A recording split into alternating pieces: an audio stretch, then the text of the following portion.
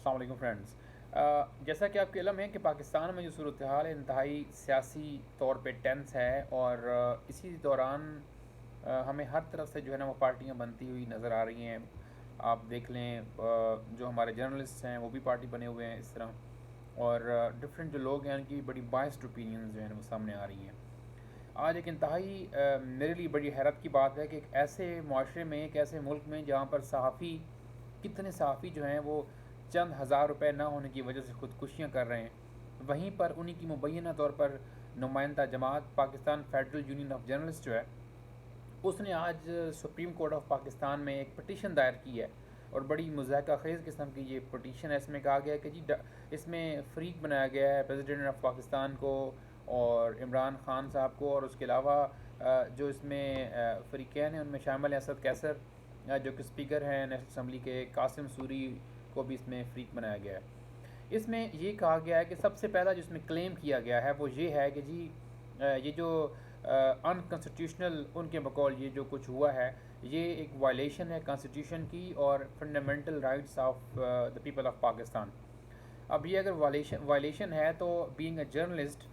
آپ کا کام خبر دینا ہے، آپ کا کام یہ نہیں ہے کہ آپ جج بن جائیں اور آپ ایک پارٹی بن کر ایک اور واضح طور پر ایک آپ سیاسی جماعت کا جو نیریٹو ہے ان کے ساتھ سپریم کورٹ میں جائیں اور وہاں پر جا کے آپ پیش ہو جائیں اور آپ جناب ایک درخواست اپنی طرف سے دائر کر رہے ہیں۔ اس کے علاوہ یہ بڑی ایک انتہائی افسوسناک چیز ہے کہ پاکستان میں یہ جو صحافت ہے یہ ہمیشہ سے اسی طرح سے جو ہے وہ ہوتی رہی ہے۔ اچھا، یہ جو پٹیشن ہے اس کا جو دوسرا پوائنٹ ہے وہ بھی آپ دیکھیں اور آپ حیران ہوں، پریشان ہوں کہ ماتم کریں اس کے اوپر۔ اس میں کہا ہے کہ جی یہ جو پولیٹیکل اپوزیشن کی جو پارٹیاں تھیں انہوں نے جو موشن یہ جو دائر کی تھی، یہ پاکستان میں جو مہنگائی ہے اور جو ہماری اکانومی بڑی خراب ہو چکی ہے، تو یہ اس کے حوالے سے ہم جو نون لیگ اور پیپلز پارٹی نے جو کچھ کیا، یہ تو اس کے لیے پبلک کو ریلیف دینے کے لیے یہ کیا۔ اور بھائی آپ لوگ کون ہوتے ہیں؟ آپ جرنلسٹ ہیں، آپ رپورٹ کریں، آپ سپریم کورٹ میں ایک پارٹی بن گئے ہیں، آپ یہ کہہ رہے ہیں کہ جی یہ تو بڑی کو ملک کے حالات خراب ہیں، تو یہ جو کچھ ہوا ہے اس کے اوپر جو ہے نا ہم وہاں پر ہم جائیں گے اور ہم جو ہے وہ جا کے تو عوام کو کوئی ریلیف دیں گے۔ اس کے علاوہ اس میں جو پٹیشن ہے اس میں جو سب سے امپورٹنٹ چیز جو میں نے دیکھی اس میں یہ لکھا ہوا ہے کہ جی جو 1973 کا جو ہمارا جو کانسٹیٹیوشن ہے اسلامک ریپبلک آف پاکستان کا، کہ اس کے جی کوڈ آف کنڈکٹ کی جو ہے وہ کچھ سنگین خلاف ورزی ہو گئی ہے، اور پتہ نہیں کوئی طوفان آ گیا ملک میں اور اس سے پتہ نہیں کوئی کیا کچھ ہو جائے گا۔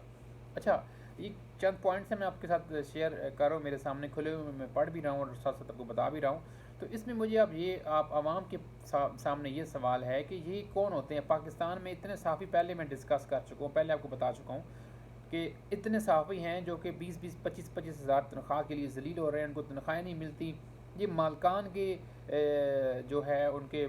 راہ قدم پہ چل کر، ان کی راہوں پہ چل کر یہ جاتے ہیں اور وہاں پر جا کے جناب جی یہ اس طرح کے معاملات کرتے ہیں۔ ظاہر ان کو فوائد ہوں گے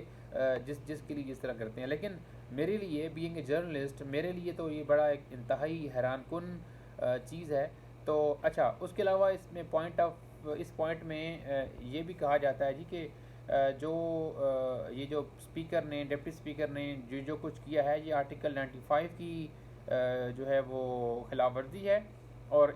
یہ کانسٹیٹیوشنل ہے۔ اس کے علاوہ اس میں یہ بھی کہا گیا ہے کہ یہ جو انکانسٹیٹیوشنل یہ جو کچھ ہوا ہے بقول ان کے، اس کے اوپر سخت سخت ایکشن لیں اور سپریم کورٹ اس میں سامنے آئے، اور ہم جو ہے وہ نمائندہ تنظیم ہے، ہر جگہ پہ انہوں نے لکھا ہوا ہے کہ ہم جو ہیں وہ اسلام آباد، راولپنڈی سمیت پورے پاکستان کے جو جرنلسٹ ہیں ہم ان کی نمائندہ تنظیم ہیں۔ دیکھیں افضل بٹ صاحب، آپ نمائندہ تنظیم ہوں گے، آپ ہمارے لیے بڑے رسپیکٹیبل ہیں، اور ہم سب کا بڑا اچھا ایک ورکنگ ریلیشن رہا۔ آپ بہت اچھے لگتے اگر آپ اس طرح کی ایک پٹیشن لے کر جاتے، سپریم کورٹ میں دائر کرتے ان اداروں کے، ان چینلز مالکان کے خلاف جو اپنے ورکرز کی تنخواہیں دبا کے بیٹھے ہوئے ہیں، جو کہ ظلم کر رہے ہیں ان کے اوپر، ان کو تنخواہیں نہ دے کر، جن کے بچے جو ہیں وہ گھر میں بھوک سے مر رہے ہیں۔ کتنے آپ کے جرنلسٹ ہیں جو کہ مر رہے ہیں بھوک سے، غربت سے، افلاس سے، لیکن اس کے اوپر تو آپ کا کوئی ری ایکشن سامنے نہیں آتا۔ ماشاءاللہ اللہ تعالیٰ آپ کے رزق میں اور اضافہ کرے. آپ کا تو رزق بہت زیادہ وسیع ہو گیا ہے, تو آپ ان کے رزق کا بھی تھوڑا سا سوچیں, اور اس کے لیے اگر آپ اس کے لیے جاتے تو ڈیفینیٹلی آج مجھ سمیت ہزاروں لوگ جو جرنلسٹ ہیں وہ آپ کے ساتھ کھڑے ہوتے. لیکن انتہائی معذرت کے ساتھ آپ کا یہ جو باعث رویہ ہے, جس سے میں اور میرے سمیت جو ورکنگ جرنلسٹ ہیں وہ ان کو بڑی پریشانی ہوئی ہے کہ ایک طرف آپ کلیم کر رہے ہیں کہ آپ جرنلسٹ کی نمائندہ تنظیم ہیں, اور دوسری طرف آپ سیاسی جماعتوں کا جو نیریٹو ہے اس کو آپ پروموٹ کر کے آپ لے کے جا رہے ہیں سپریم کورٹ میں. آپ پولیٹیکل پارٹی بن رہے ہیں, یا تو آپ پولیٹیکل پارٹی اپنی ایک بنا لیں اور اس میں پھر آپ سیاست کرتے رہیں, لیکن جرنلسٹ کے نام پر اس طرح کرنا میرے خیال میں انتہائی افسوسناک ہے. اور میں بڑے باوثوق انداز سے اور اس سے آپ کو بتا سکتا ہوں کہ جو ورکنگ جرنلسٹ ہے اسلام آباد کا, پنڈی کا, میں آپ کو بالکل گارنٹی سے کہتا ہوں کہ 99% تو کیا 100% آپ کے ساتھ نہیں ہے اس معاملے میں. جو ورکنگ جرنلسٹ ہے اس کا کام صرف خبر دینا ہے, اس کو اپنی تنخواہ سے غرض ہے, جو اس کو 30 دنوں کے بعد کوئی چینل دے دے تو اس کی بہت مہربانی ہے. تو اس کا اس طرح کی کسی پولیٹیکل ایجنڈا سے کوئی اس کا تعلق نہیں ہے. آپ سے بھی گزارش ہے کہ خدا را اس طرح کی معاملات میں صحافت کو مت گھسیٹیں, اسلام آباد راولپنڈی کی صحافیوں کو اس طرح کی چیزوں میں مت گھسیٹیں. بیچارے جو ہیں ان کو اپنی جابس کرنے دیں اور ان کو اپنا کام کرنے دیں. صحافت کو اس حد تک آپ لوگ